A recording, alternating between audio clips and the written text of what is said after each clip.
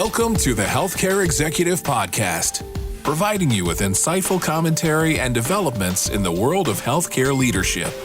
To learn more, visit ache.org. And without further ado, your host, Chris Coraggio. Welcome, everyone, to another edition of the Healthcare Executive Podcast. I'm your host, Chris Coraggio, and our guest, we are very pleased to have our guest, Dr. Michael Shabot, here. Thank you so much for being here. We're going to talk today. I'm going to do your bio here in a second, but just let me tell the folks what we're going to talk about with you here for the next few minutes. Dr. Shabot is here to talk about high reliability healthcare.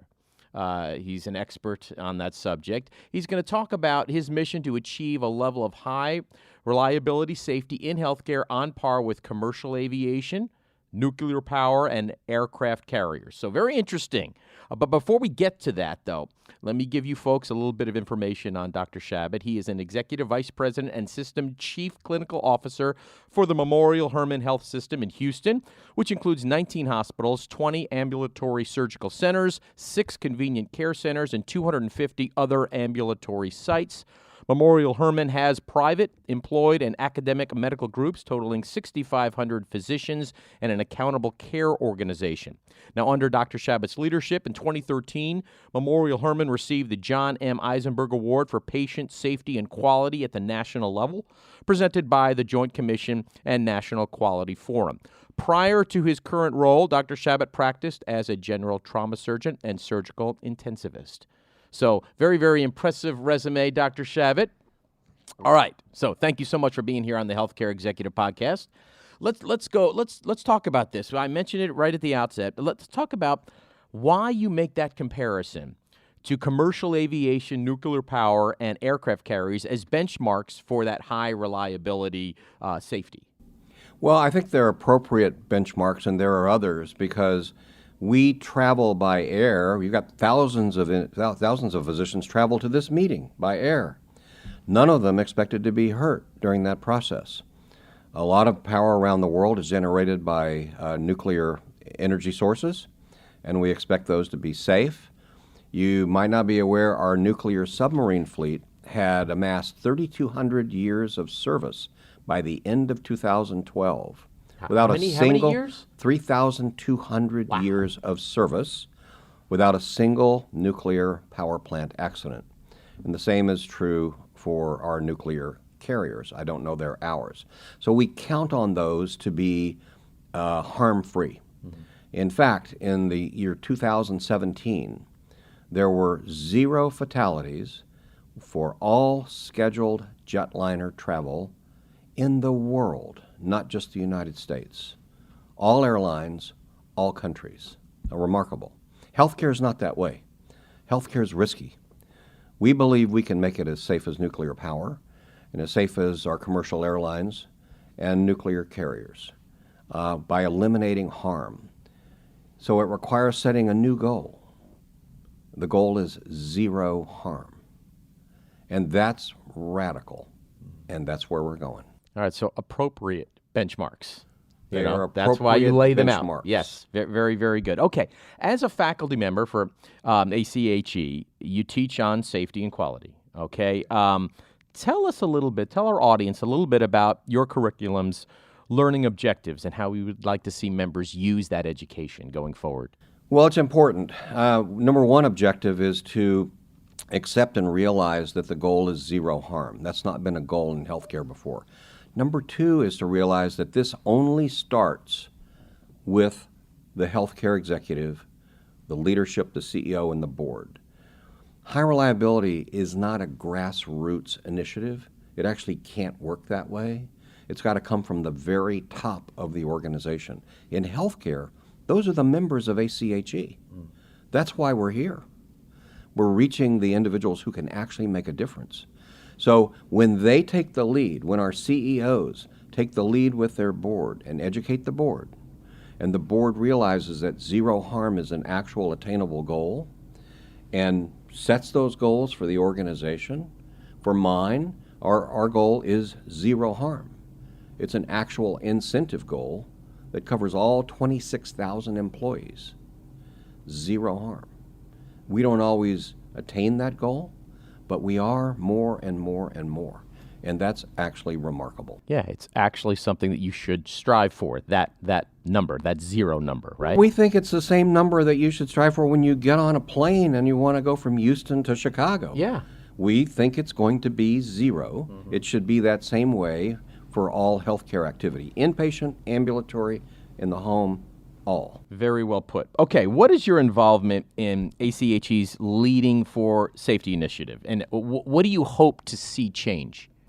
Well, we hope to see the change that there's a realization that 0 is an attainable goal, that it's a worthy goal, that it's one that would help reduce the cost of healthcare, not increase the cost, but decrease the cost of harm, which is very, very expensive. Our goal is to help educate our leaders, our CEOs, our other executives, our CFOs, COOs, CNOs, our chief medical officers, all those involved in healthcare, that these are worthy goals and that they can be implemented in your organization. And many organizations are implementing. We're heartened by the progress. Good. Now, physician leadership is something that's very near and dear to your heart. You made the change. You went the change from a surgical suite to an administrative suite, correct? Correct. Now, was that tough for you? Did you have a mentor? How did that process work? Well, thank you for asking. I trained as a clinician, as a trauma surgeon and a surgical intensivist. And a lot of my work, day and night on call was just doing just that at level 1 trauma centers at hospitals in Los Angeles. And what tended to make a difference was that I was head of some units, and we began to strive for quality and eliminating all harm in those units. And then I went up the medical staff leadership ladder and became chief of staff at a 1,000-bed hospital in Los Angeles. And in so doing, I began to work very closely with executive management. In fact, I had an office in between the chief medical officer and the chief operating officer of the hospital. And I worked with them. I had office time. I was there every day. So I had some very good mentors in that organization. This is Cedars-Sinai, Los Angeles. And if I had to pick a single individual who was a role model for me, it would really be the CEO, Tom Prisolak. Tom is the longtime CEO, certainly over 20 years, and I got to work with him very closely on the President's Council, on board meetings. I was a member of the board of Cedars-Sinai, and I think I learned quite a bit. And before I left to take my current positions, I went and met him, and I said, Tom, I just want you to know how much I've learned from you while I was serving in executive management at Cedars. And so I really do feel that way. I've had many great mentors. There are wonderful mentors throughout ACHE, and I've been lucky enough to work with several of them.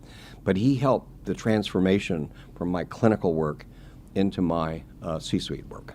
And how was that a smooth transition? I mean, with his help, but just on your behalf as well. How did you personally deal with that? Well, it was an unexpected transition. Let's put it that way. Okay. I had been tapped about 10 years previously at Cedars to also serve as the Chief Medical Information Officer, in addition to my surgery duties. And so I did that, and that was another entree into parts of executive management. And I became very involved in quality and safety and harm reduction. And I presented year after year at all safety meetings around the country. And apparently at one of the Institute for Healthcare Improvement meetings, someone from Memorial Hermann saw me. They didn't introduce themselves, so I didn't know anybody from Memorial Hermann. But a headhunter came hunting for me for a chief quality officer position for the system, for the Memorial Hermann system in Houston. And the attractiveness of that position, I wasn't looking to move, but rather than doing quality and safety as a part-time job at nights and weekends, that was sort of my interest in publications and in presentations, the opportunity at Memorial Hermann was to do that as a full-time job. And I thought, well, wouldn't that be interesting? So that was really the origin of the transition, moving to full-time safety and quality. That was a good move. Is it, and I'm sure, I know the answer to this question, but I'd like to hear you expand on it a little bit. How rewarding is this current work as opposed to when you're doing trauma at Cedars-Sinai all those years? Well, that is an absolutely great question, because in doing trauma and critical care surgery, you save patients with your bare hands, with your gloved hands, really. But you and to be specific. Yeah, yes. yeah. And that is incredibly rewarding, because I've developed lifelong associations with families and patients from that. It's just irreplaceable. It is, however, one by one.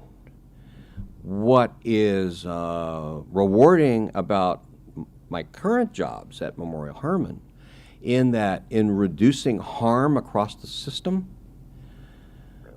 we're saving hundreds or thousands of lives, more than I could have ever personally done.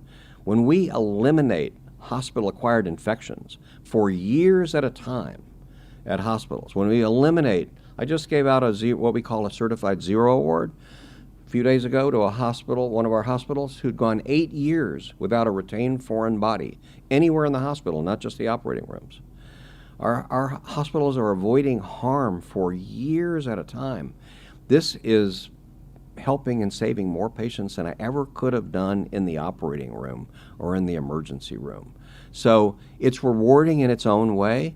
I do sometimes miss those personal, patient and family relationships, but I feel very heartened and solid about the change that I make. Great. Yeah, you've been very successful in both worlds, so you are to be commended, no question about that. Finally, do you have, and you're the perfect person to ask this, about advice or tips to how to positively impact safety and quality in the healthcare space? If you can, I know this entire podcast is about that, but if you can just kind of crystallize it and summarize it here. Well, again, another good question, and many in the field don't really understand what it takes to actually create a harm-free environment.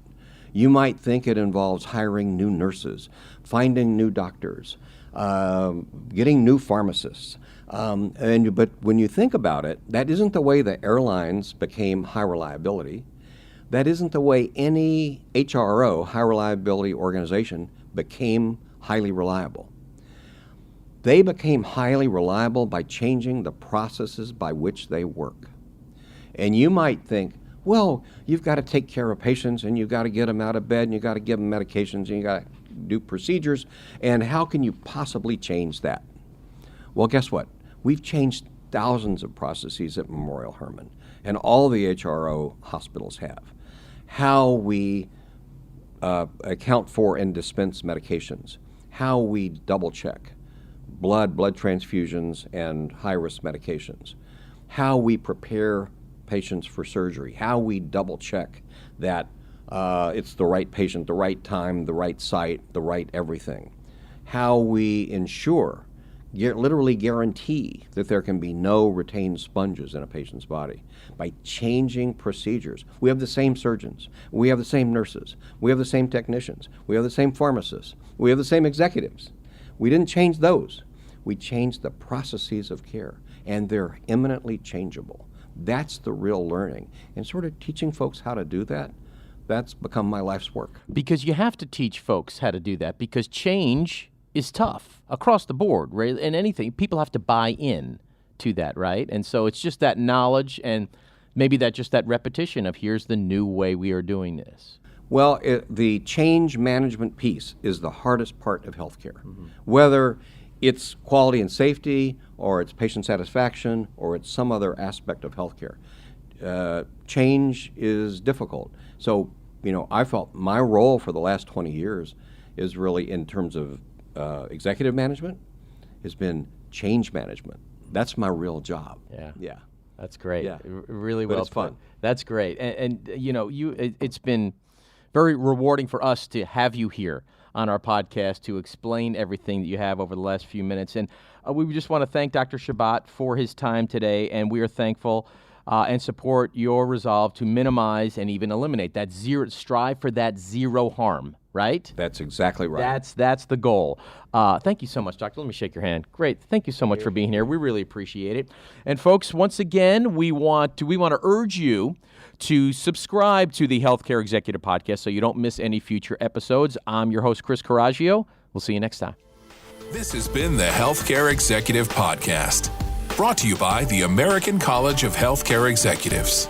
If you've enjoyed the show, please consider rating and reviewing on iTunes or your podcasting app of choice. And for more information, find us online at ache.org.